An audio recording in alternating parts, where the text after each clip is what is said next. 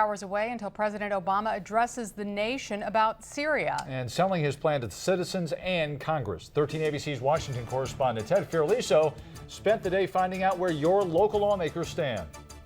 Several developments on the Syria front today, including the Assad regime accepting a Russian proposal to put its chemical weapons under international control, and a bipartisan alternative in the Senate to a U.S. attack. This all comes just hours before President Obama will deliver his remarks to the nation from the East Room, stating his case for military force in Syria.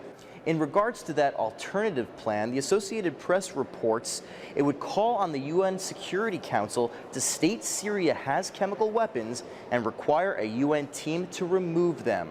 Senator Chuck Schumer of New York, Senator Carl Levin of Michigan, and Senator Bob Casey are part of this bipartisan group working on the plan.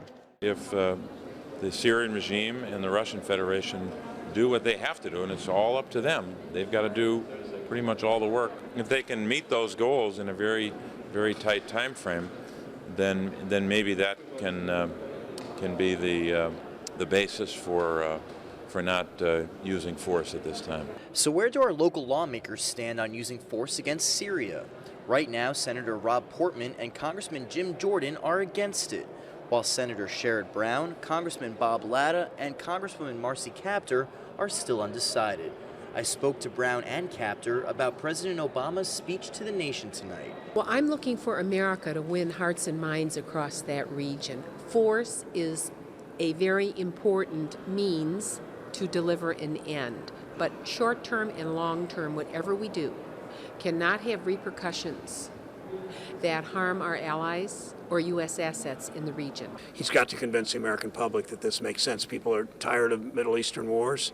Iraq was such a disaster, badly planned, badly executed. The administration didn't tell the truth 10 years ago.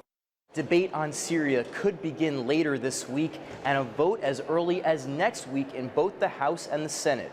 The question remains, however, will President Obama go ahead with force even if Congress votes it down? Reporting in Washington, I'm Ted Fiorliso.